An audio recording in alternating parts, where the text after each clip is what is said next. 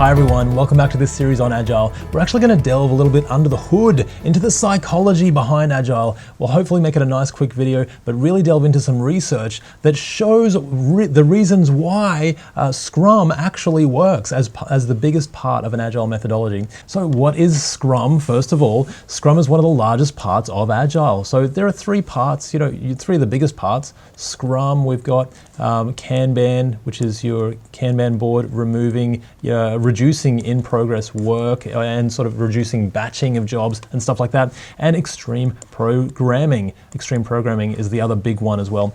But Scrum is one of the biggest. And so what Scrum involves is clear roles, such as the product owner, who represents the customer, the development team, and the Scrum Master, who facilitates the daily stand-ups. And so daily stand-ups are a 15-minute stand-up which provides an update on what we've done yesterday and what we're going to do today for our work. And then we clearly show that work is moving across the Kanban board from in progress, in the backlog to in progress to done. So it's always making progress, and we're always updating and having clarity on that work that's in progress, and also clarity on what's being done and what is required from us. So it's actually, it's a bit deceptive. It can seem simple when you're doing it.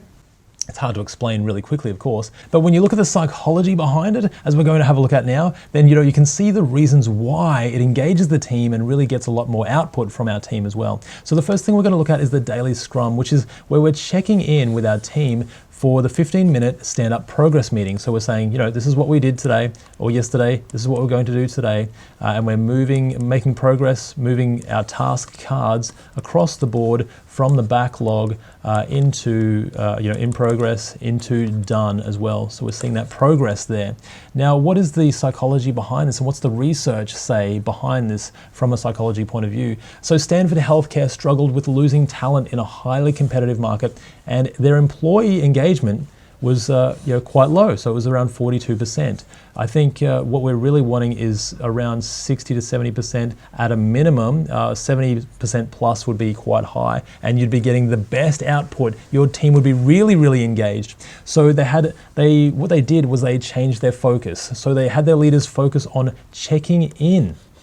Frequent light touch conversations about near-term future work. Does that sound familiar? Maybe it sounds like a daily Scrum or a stand-up. Near-term future work, frequent light touch conversations.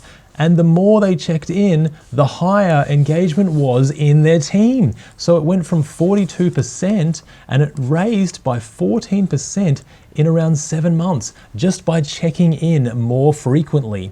And the phenomenon behind this, as we'll see with Gallup next. So Gallup in 2009, Gallup Business Journal asked a random sample of 1,000 US employees whether their manager focused on their strengths or their weaknesses. Now the best part about this is if their manager focused on their strengths, they were 61% more likely to be engaged in their work. If they focused on their weaknesses, they were still 45% likely to be engaged in their work.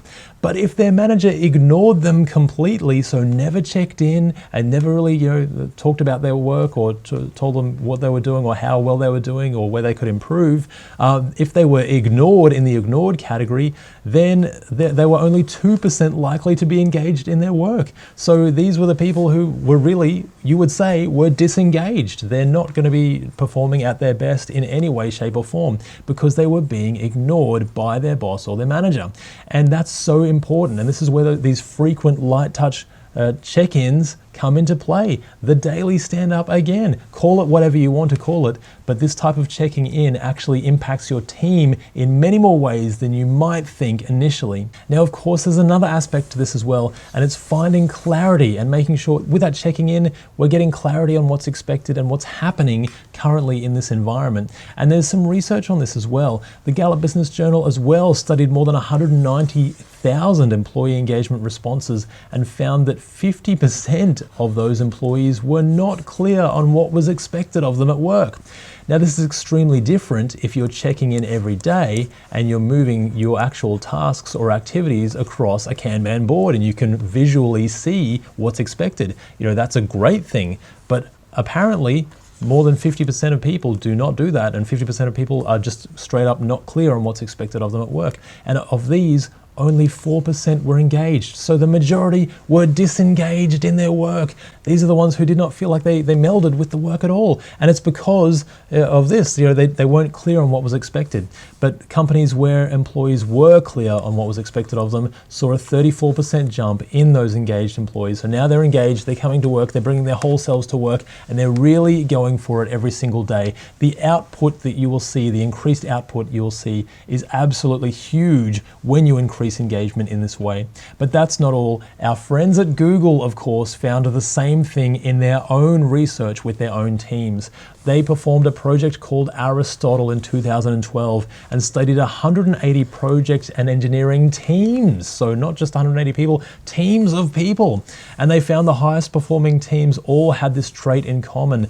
All of the individuals' understandings of job expectations and the process for doing those expectations, they really knew what to expect. And the goals were specific, challenging, but most importantly, they were attainable as well. So breaking our work down into smaller tasks that we can complete in a 2-week iteration, for example, which is our sprint, our 2-week sprint. That's the idea behind Scrum as well. So now we've got the clarity of our cards, we're moving them across, we're checking in regularly, and they're in challenging, specific, and attainable tasks that can be completed in a short-ish amount of time. This is really, really important. And all of these things combined to really increase the engagement of your team, and that's how we see the increased output from working in a Scrum methodology. Now, there's real research on the winning psychology behind the Agile methods and how they can improve team engagement and help them be more productive. Now, you can do it too. It's very easy to implement this in your own team and in your own way of work. Sure, it may take a little bit of time and you may need to work through the initial challenges, but when you do, I promise you it will be worth it. I hope you've enjoyed this video, and I'll see you in the next one. Bye for now.